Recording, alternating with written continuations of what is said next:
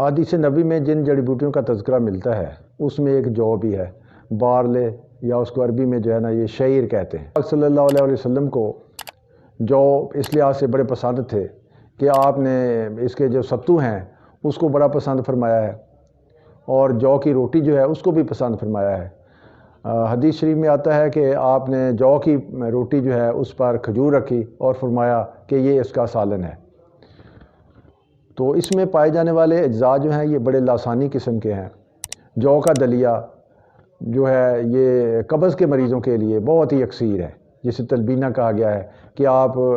جو ہے اس کو ڈال لیں، اس کو پانی میں جو ہے اس کو اچھی طرح سے ابالیں، جب یہ گل جائے تو اس میں کچھ دودھ ڈالیں اور شہد ملا لیں، اور یہ پیٹ کی بیماریوں کو ختم کر کے رکھ دیتا ہے، اور اس میں اتنی توانائی ہے کہ بیمار مریض جو ہے بہت جلدی جو ہے نا اس کی قوت مدافعت جو ہے وہ بحال ہو جاتی ہے۔ تو مختلف جنگوں میں ہم جنگ کے دوران جو ہے مجاہدین کا جو راشن ہے وہ ستو اور کھجور پر مشتمل رہا ہے۔ اس غذا سے ان کو اتنی تقویت ملتی تھی کہ سفر کی صعوبتیں برداشت کرنے کے ساتھ ساتھ ان لوگوں نے جنگوں میں کارنامے سر انجام دیے۔ دن بھر کے روزہ کی افطاری کے بعد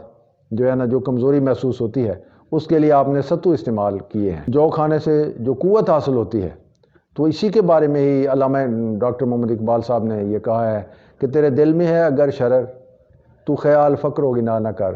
کہ جہاں میں نانے شعیر پر ہے مدار قوت حیدری۔ نبی پاک صلی اللہ علیہ وآلہ وسلم نے جو کے بارے میں دو نہایت ہی اہم باتیں ارشاد فرمائی ہیں۔ ایک یہ ہے کہ یہ مریض کے دل سے بوجھ کو اتار دیتا ہے، دوسرا یہ کہ غم اور فکر سے نجات دیتا ہے۔ تو یہ بہت بڑی بات ہے، تو ہم اگر اس کا استعمال سنت نبوی سمجھ کر کریں تو اس میں برکت بھی ہے اور رحمت بھی ہے، اور اس کے ساتھ ساتھ شفا کا پہلو بھی پایا جاتا ہے۔